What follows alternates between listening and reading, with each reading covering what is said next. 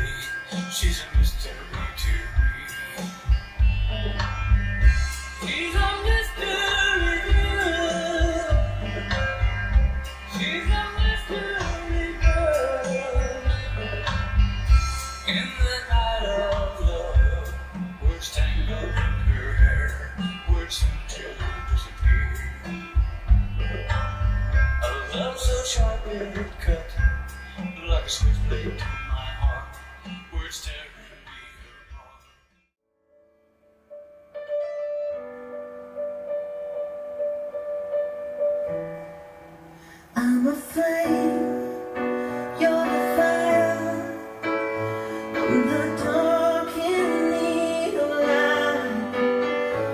When we touch, you inspire, feel the change in me tonight. So take me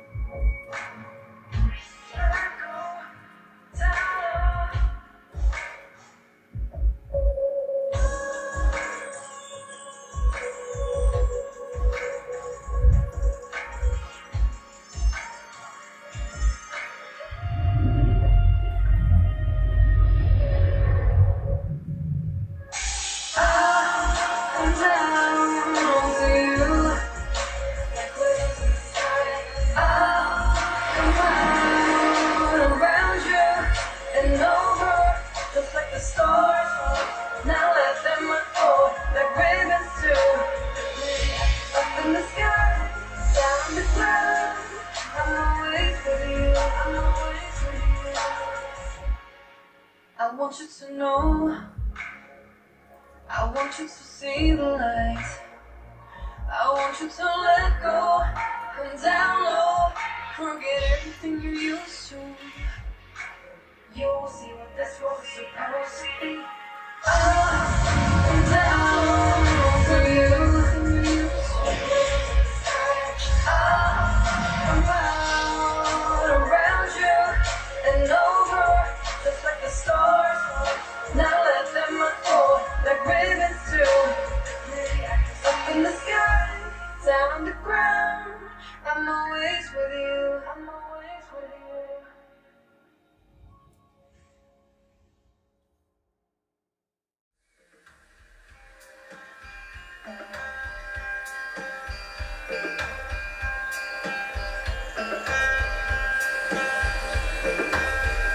Darkness falls and she will take me by the hand, take me through some twilight land, where all but love is gray, where I can't find my way without her as my guide. Night falls, I'm cast beneath her spell. Daylight comes, our heaven turns to hell. Am I left to burn and burn eternally? She's a mystery to me. She's a mystery girl. She's a mystery girl. In the night of love, words tangled in her hair, words soon to disappear. A love so sharp it cut, like a switchblade to my heart, words tearing me apart. She tears again my bleeding heart. I wanna run, she's pulling me. 最后我们再来分享一下我1周多的一个体验。播放器的差异其实论坛里早就已经讨论过了，主要就是映射曲线上的区别。与其说画面上的差异，我觉得更明显的还是声音上的差异。再叠个甲，既然是对比，肯定是有好有坏的。包括后面大家点名要看3色激光对比爱普生的高端机是吧？你说我没事去招惹爱普生干嘛是吧？经常做的都是一些费力不讨好的事。讲实话肯定会得罪厂家，但既然花时间做了，不分享出来，那我也就失去我的定位了。产品的选择、设置、拍摄后的结果肯定都是多方位确认的，也请教了很多核心的专业用户，尽可能的避免个体的差异。如果你有什么想看的，或者有兴趣一起参与进来，欢迎在弹幕或者评论区里友好的交流。首先是松下的 UB9000，比较特别的是可以根据不同亮度的投影仪以及爱好设置不同的映射。几个人看下来的评价是，对 GVC 来讲，这个映射功能其实意义并不是很大。它的 HDR 优化器很类似于 GVC 的 HDR 等级，尤其是在播放海王片段的时候，在场的所有人都明显感觉9000的映射有点过爆了，画面没有205那么自然。OPPO 作为播放器中的老大哥，感觉还是更加的成熟。顺便也对比了一下手里的203，心理上都感觉205是有提升的。据说相比203的提升主要是在声音上，几台蓝光机的声音也都是比较在线的，而知度的这两台机器声音差距就很明显了。听完蓝光机再听安卓机，就明显感觉比较拉垮了。阿尔法我们都称它为安卓天花板，它同时还是一台音乐解码器，尤其是这个屏幕我是非常的喜欢，但这个声音在这个价位有点过于拉垮了。画面的映射曲线可以看出来是下了功夫的，立体感、对比度、色彩都调教得非常的讨喜，但也因为这样的调教也牺牲了暗部的细节。阿尔法的亮度调整到37才大致能达到蓝光机画面的暗部细节，调高亮度对整体画面的调教、观感、肤色都会造成比较大的影响。那这是 Apple TV 画面的暗部细节，用过苹果产品的用户应该都见过一个 Display P3 的标准，苹果全系都统一使用这个标准。苹果的 P3 标准会使用 SDR 的伽马以及白点，所以它的画面风格默认就会比其他 P3 亮一些。播放器对投影仪的提升大吗？其实还是蛮大的，但还是远没有预算加在显示设备上带来的提升大。OK， 那以上就是本期视频的全部内容了，感谢各位的观看，我们下期再见。